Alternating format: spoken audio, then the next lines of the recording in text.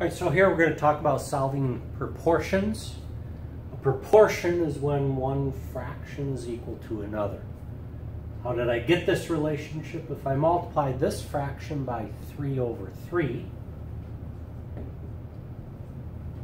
we get 6 over 9. So 2/3 is equivalent to 6/9. Now, given this proportion, notice if we cross multiply. So these two numbers multiplied, 2 times 9, equals these two numbers, 3 times 6. We get 18 is equal to 18. So this is one of the characteristics of proportions.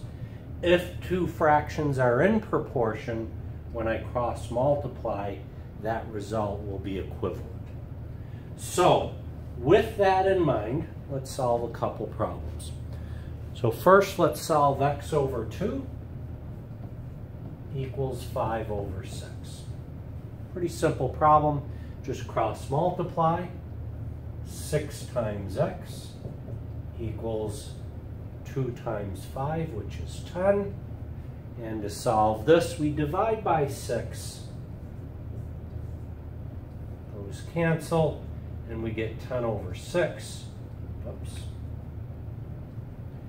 Which reduces 10 is 5 times 2, 6 is 3 times 2, the 2's cancel, and we get 5/3.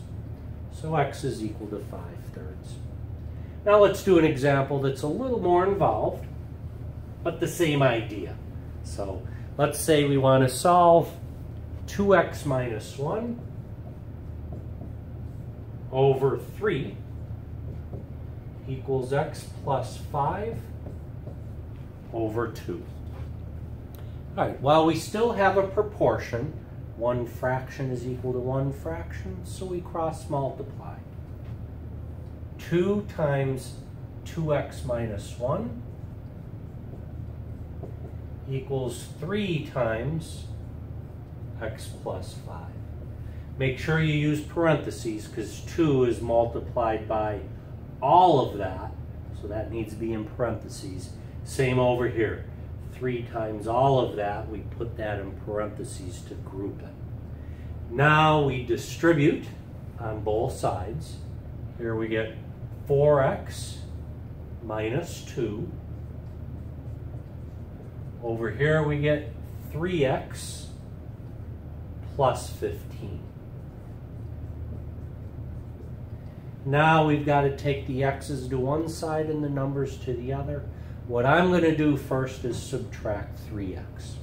So when I subtract 3x from both sides, 4x, take away 3 x's, leaves us with 1x. That is 1x. If you put a 1 there, that's really the same thing, because 1 times x is x. So you can put the 1 there, but you don't need it. So 4 take away 3 is 1x minus 2. 3x take away 3x is 0, and 0 plus 15 is 15. To get x by itself, we need to move 2 to the other side. The opposite of subtracting 2 is adding 2. So we add 2 to both sides. Those add up to 0, and we get x. 15 plus 2 is 17. So the solution to this equation is 17. Again, we can plug in 17 for x and see if it really works to check the answer. I'm not going to do that, but it's a good idea for you to do that just to be sure the answer is correct.